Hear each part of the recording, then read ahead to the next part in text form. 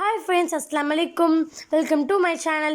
Today நம்ம என்ன video பார்க்க போறோம் அப்படினா காடை முட்டை ரோஸ்ட் எப்படி செய்யறதுன்னு பார்க்க போறோம். இதோட டேஸ்ட் சூப்பரா இருக்கும். கண்டிப்பா வீட்ல ட்ரை பண்ணி பாருங்க.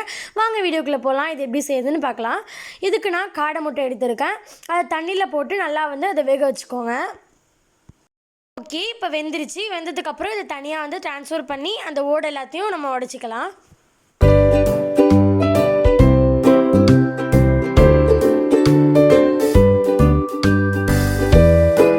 இப்போ நம்ம இது எல்லாத்தையும் முட்டை எல்லாத்தையும் தண்ணியில் போட்டு இப்போ நம்ம ஓடெல்லாம் நல்லா ரிமூவ் பண்ணி எடுத்துக்கலாம்.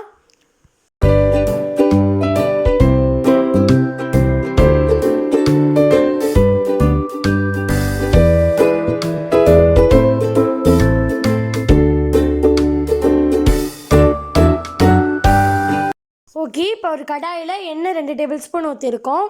இப்போ அந்த எண்ணெய் நல்லா சூடாகட்டும். அந்த எண்ணெய் சூடானதுக்கப்புறமா உப்பு ஆட் பண்ணிக்கோங்க. மிளகாய்த்தூள் 1 டேபிள் ஸ்பூன் ஆட் பண்ணிக்கோங்க. உங்களுக்கு ரொம்ப காரம் இருந்தால் பிடிக்கும் அப்படின்னா நீங்கள் எக்ஸ்ட்ரா கூட ஆட் பண்ணிக்கலாம். அது உங்கள் சாய்ஸ் தான்.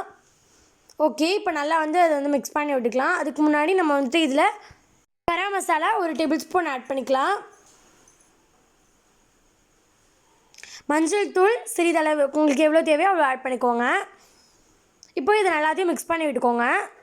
பாருங்கள், இந்த எண்ணெய் கூட எல்லா மசாலாவும் நல்லா மிக்ஸ் பண்ணுற அளவுக்கு நல்லா சேர்த்து மிக்ஸ் பண்ணிக்கோங்க. அந்த எண்ணெய் நல்லா ஹீட்டாக இருக்கணும். அதுக்கப்புறம் நம்ம தோல் உரிச்சு வச்சுருக்கோம்ல எக்கு, அதை நம்ம இது கூட ஆட் பண்ணிக்கலாம்.